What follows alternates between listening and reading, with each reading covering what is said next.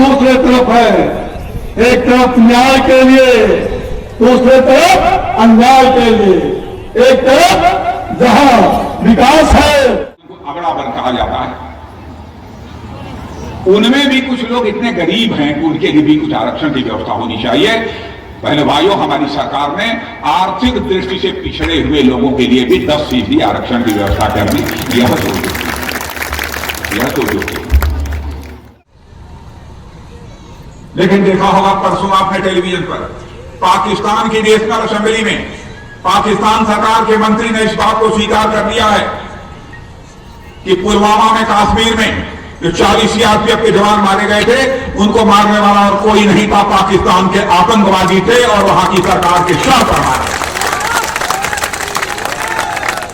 और मैं कहना चाहता हूं राहुल गांधी से, रंच मात्र भी नैतिकता है, रंच मात्र नैतिकता है। खुलकर आओ जनता के सामने और बताओ कि उस समय जो बयान दिया था वह सच था क्या और कुछ है। जनता आपकी प्रतिक्रिया जानना चाहती है। बहन भाइयों, 2 दिन से इन्होंने मुंह नहीं खोला, हिम्मत नहीं। भारत चीन के बीच जो इस समय तनाव चल रहा है, क्या उन लोगों को आप वोट देना चाहते हैं जो चारा खिलाने के आरोपों में जेल की हवा खा रहे हैं? बहनों, यदि भाइयों, यदि कोई नेता बनकर दी संपत्ति यदि बढ़ाने का काम करता है तो ईमानदार नेता नहीं माना जा सकता।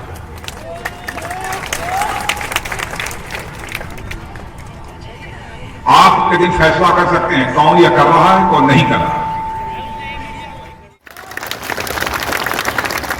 क्या चंद्रशेखर आजाद, सरदार भगत सिंह, खुदीराम बोस, अशफाक उल्लाह खां ने इसीलिए हंसते हंसते फांसी के फंदे को चूमा था? 16 साल की जवानी थी,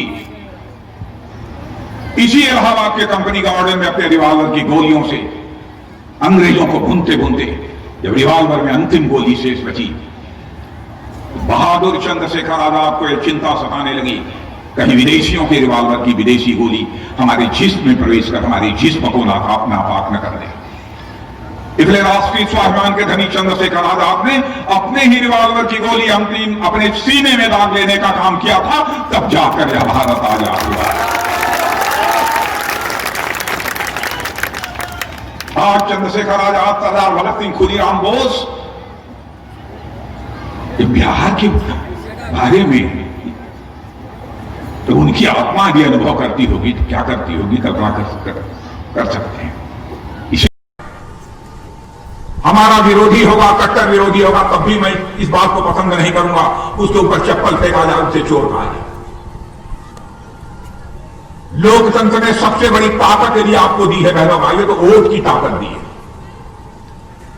बड़ा से बड़ा परिवर्तन यदि आपको करना है, अपनी वोट की ताकत से आप कर सकते हैं। लोकतंत्र में इससे बड़ी ताकत और कोई दूसरी नहीं हो सकती।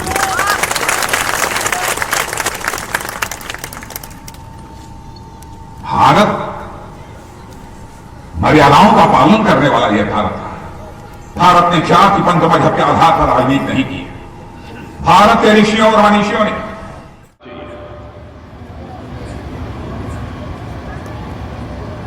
और इस आधार पर भी रणविजय सिंह को वोट मत दीजिए कि हमारी जाति के, छोड़िए। यही भगवान राम को अपना आदर्श मानते हैं।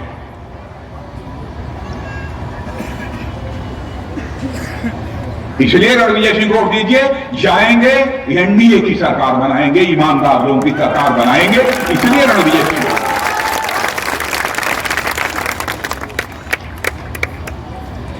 बहनों भाइयों, देश के साथ इन लोगों ने क्या किया है, मुझे सचमुच बहुत वेदना होती है कभी कभी बोलते हुए। आप लोग कहते होंगे इतना राजनाथ सिंह भावुक क्यों हो जाते हैं। आपको मालूम है हमारे 40 सीआरपीएफ के जवान, जब मैं भारत का गृह मंत्री था, कश्मीर में पाकिस्तान ने आतंकवादियों को भेजकर मरवा दिया।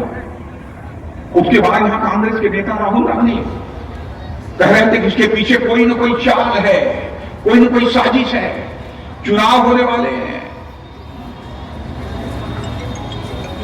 इसलिए कहीं ना कहीं सरकार की तरफ से, प्रधानमंत्री की तरफ से कुछ हुआ होगा, ये प्रचारित करने की कोशिश की जा रही थी। जो सहयोग देना चाहिए था वो सहयोग नहीं दिया। लेकिन मोदी जी अब से प्रधानमंत्री बने, हम लोगों ने फैसला किया, बहनों भाइयों, हम पूरे देश का विकास करना चाहते हैं। हमारे पास यदि चिड़िया की आंख है कोई, तो देश है हमारा। देश का हम विकास करना चाहते हैं, तो जब तक हिंदुस्तान के राज्यों का विकास नहीं होगा, तब तक देश के विकास का भी स्वप्न हमारा साकार नहीं हो सकता है। इसीलिए बिना भेदभाव के सभी राज्यों को हम लोगों ने केंद्र के द्वारा जो सहायता मिल सकती है, वह सहायता मुहैया कराई है। यही कारण है कि 2015 के बाद तेजी के साथ इस बिहार का विकास हुआ है। बिजली मिल रही है, सड़कों के हालात पहले से बेहतर हुए हैं, हर जिले में इंजीनियरिंग कॉलेजेस बन गए हैं। बच्चों को पढ़ाई करने के लिए बिहार छोड़कर दूसरे राज्यों में जाना पड़ता है। माता पिता अपनी जमीन बेचकर अपने बच्चों को पढ़ाते थे दूसरे राज्यों में, लेकिन आज बिहार का बच्चा यहीं से इंजीनियरिंग की परीक्षा पास कर सकता है, यहीं से डिग्री हासिल कर सकता है। मेडिकल कॉलेज खुल गए 11 जिलों में, मुझे बताया गया है मेडिकल कॉलेज खुल गए। महिलाओं के लिए हर जनपद में पॉलिटेक्निक खुल गए। क्या यह कोई कम विकास है? एक कैसा बिहार को बना दिया था सारे देश।